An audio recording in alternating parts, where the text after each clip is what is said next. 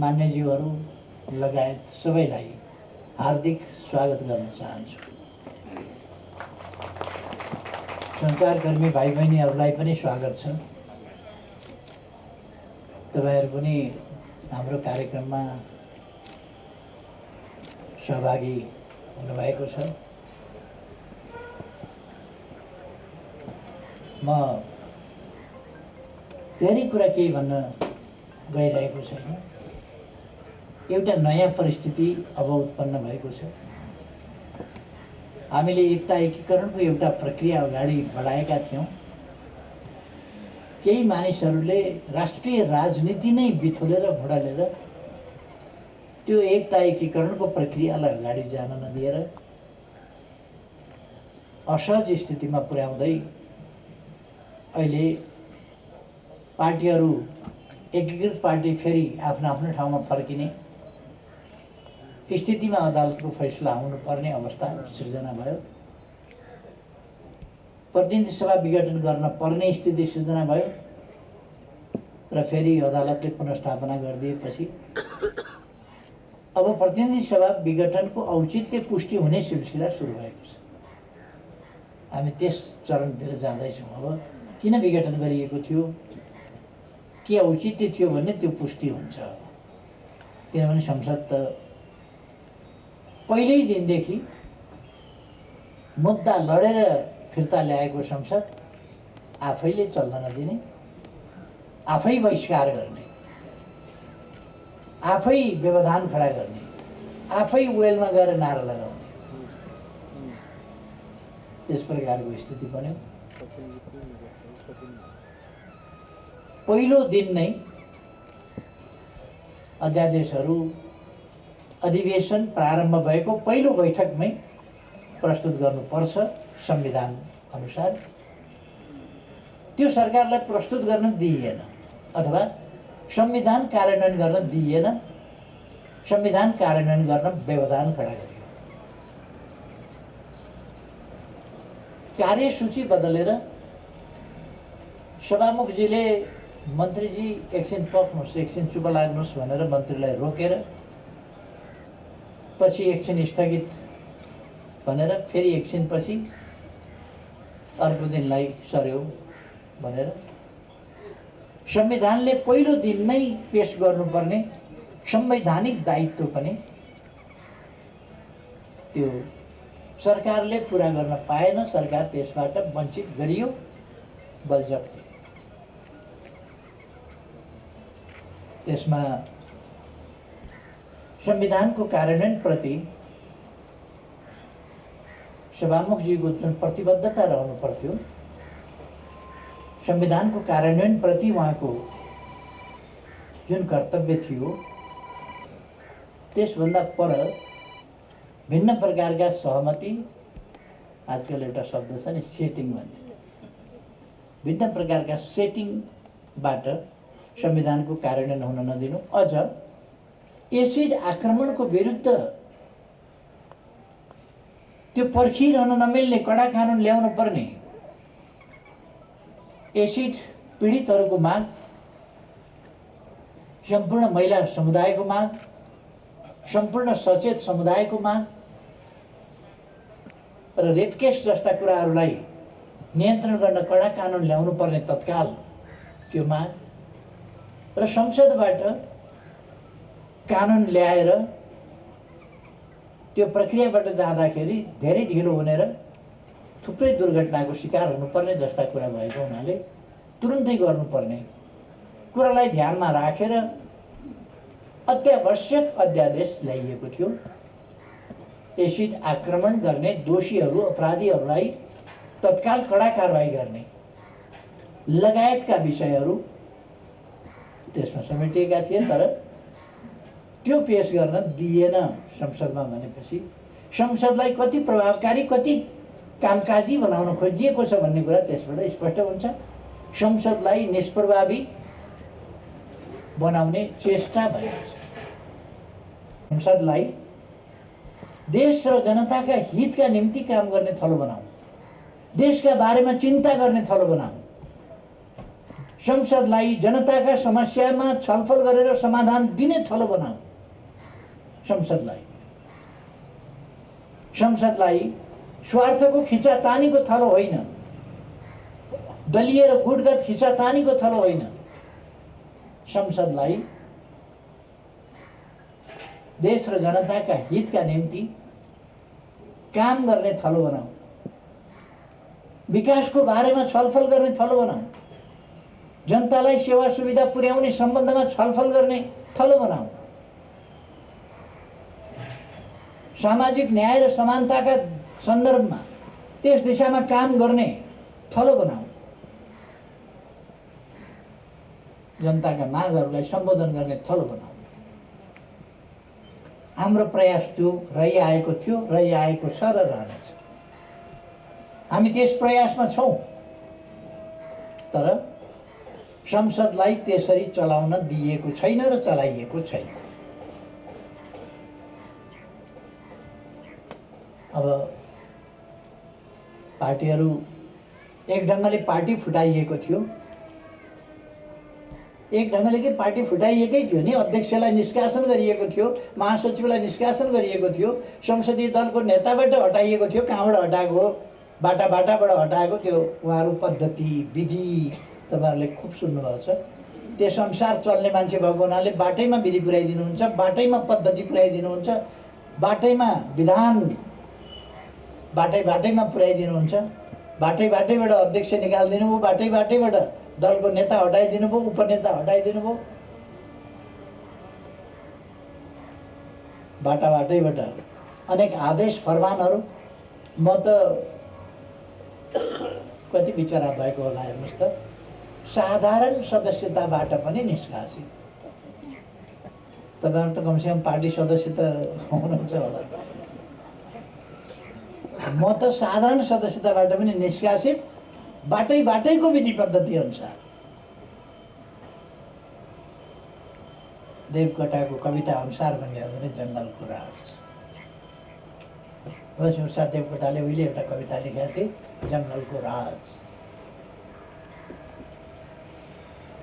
यो जङ्गलको राज चलाउने, विधि पद्धतिका कुरा गर्ने, लोकतन्त्र र लोकतान्त्रिक मूल्य मान्यता प्रक्रिया विधि पद्धति नियम कानुन देशको संविधान केहीको कुनै मतलब छैन। अहङ्कार स्वेच्छाचारिता। अब पार्टी आफ्नो हिजो 75 जेठ 3 भन्दा अगाडिको स्थितिमा फर्कियो भनेपछि पनि केही मानिसहरू छुट्टै बेला छुट्टै बैठक गरिरहेका छन्, न्यु खोजिरहेका छन्। 7 गते फेरि केन्द्रीय कमिटीको बैठक बोलाइएको छ। उहाँहरू भोलि राष्ट्रिय भेला प्रयोग गर्ने, भेला बोलाउने, राष्ट्रिय भेलाबाट प्रतिवेदन पास गर्ने अरे, राष्ट्रिय भेलाबाट के समानान्तर कमिटी बनाउने अरे। समानान्तर होइन, अर्को कमिटी बन्ला। कसैले पनि अब अर्को कुनै पार्टी बनाउँछ कि कमिटी बनाउँछ कि त्यो त के गर्न सकिन्छ पार्टी। तर एउटै पार्टीमा बसेर यस पार्टीमा अब उपरान्त अराजकता, अनुशासनहीनता, उशृङ्खलता जस्ता कुराहरू, विधान विपरीतका काम कारबाहीहरू, पार्टीको एकता विरोधी क्रियाकलापहरू, ती कुराहरूमा छुट हुने छैन। ती कुराहरू मान्य हुन सक्दैन। त्यस्ता कुराहरूलाई हामी सहेर बसिरहन सक्दैनौँ। अचाक्ले भयो पार्टीलाई पार्टीको रूपमा चल्न नदिने, भाँडभैलो मचाउने, जहिले पनि भाँडभैलो, यो कुरा चाहिँ हुन सक्दैन। पार्टीमा हामी सबैले आफ्ना हिसाबले अनुशासित भएर, एकताबद्ध भएर, विचारमा केन्द्रित भएर काम गर्नुपर्छ। पार्टीको विधान छ, देशको कानुन छ, संविधान छ, संसद नियमावली छ, दल सम्बन्धी कानुन छ। यी सबै कुरातिर म ध्यान। समाज हो, त्यस्तो समाज निर्माण गर्नका लागि पहिली पार्टी सही विचारको, सही ढङ्गले चलेको, एकताबद्ध र अनुशासित पार्टी चाहिन्छ र गतिशील पार्टी चाहिन्छ। आफ्ना अहम तुष्टिका लागि, अहङ्कारका लागि मनपरी गर्दै हिँड्न कसैलाई पनि छुट हुँदैन र कोही पनि कानुनभन्दा माथि कोही हुँदैन। कानुनका नजरमा सबै समान छन्। डेमोक्रेसीको आधारभूत कुरा त्यो हो। कानुनका नजरमा सबै समान छन्। म भोलिको भेला सुन्दैछु, भोलि भेला आयोजना गरेको छ अरे, आह्वान गरेको छ अरे। नेकपा एमालेसँग आबद्ध सम्बद्ध कोही नेता वा कार्यकर्ता गुटगत भेला नगर्न, नगराउन, त्यस्ता भेलामा सरिक नहुन, त्यस्ता भेलामा नजान, त्यस्ता भेलामा सहभागी नहुन म सम्पूर्ण कार्यकर्ताहरूलाई, नेता कार्यकर्ताहरूलाई सजग सचेत गराउन चाहन्छु।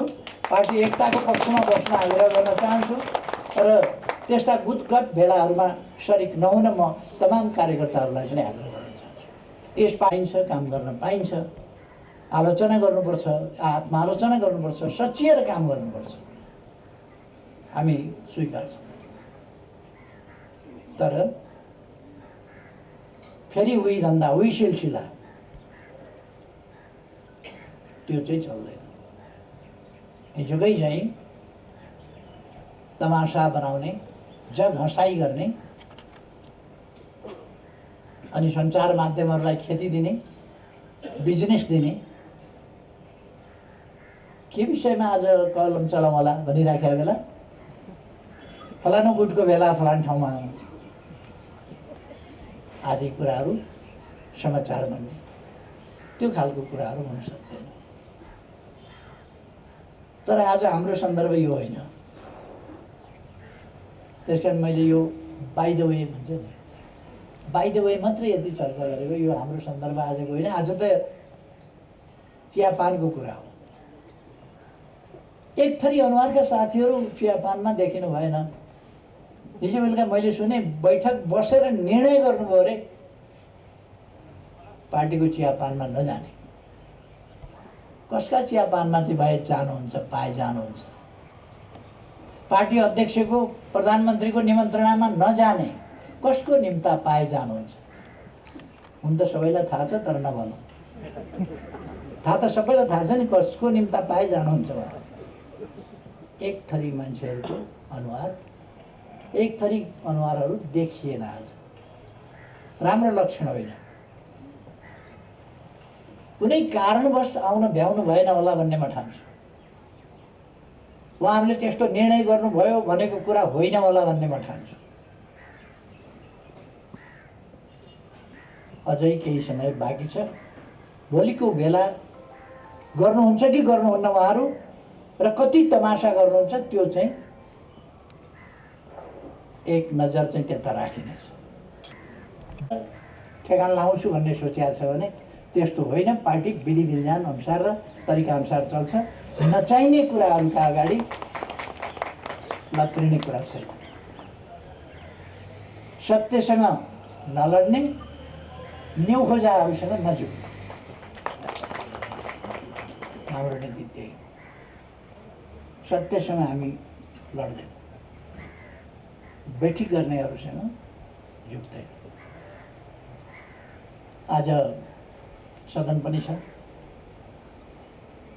त्यसकारण हामीले धेरै ढिलो पनि गर्नुभएको छैन। भेटघाट साथीहरूसँग भयो, धेरै खुसी लागेको छ।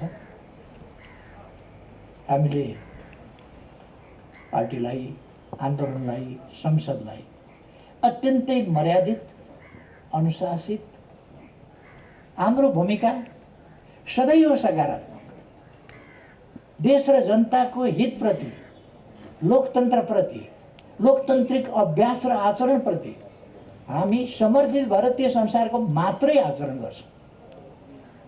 कसैले हामीलाई बकाएर आवेश उत्तेजनामा ल्याउन खोज्यो भने पनि हामी आवेश उत्तेजनामा जाँदैन। हामी संयम, गम्भीर, देश र जनतालाई मन मस्तिष्कमा राखेर हामी अगाडि बढ्छौँ। त्यसकारण हाम्रा काम कारबाही कसैप्रति वैरभावयुक्त पनि हुँदैनन्, अहङ्कारी र उद्दण्ड पनि हुँदैनन्, लाचार पनि हुँदैनन्। फेरि हामी सही ढङ्गले मात्रै अगाडि बढ्छौँ। जे होस्, साथीहरू छोटो समयको निम्तामा सरिक भइदिनु हो।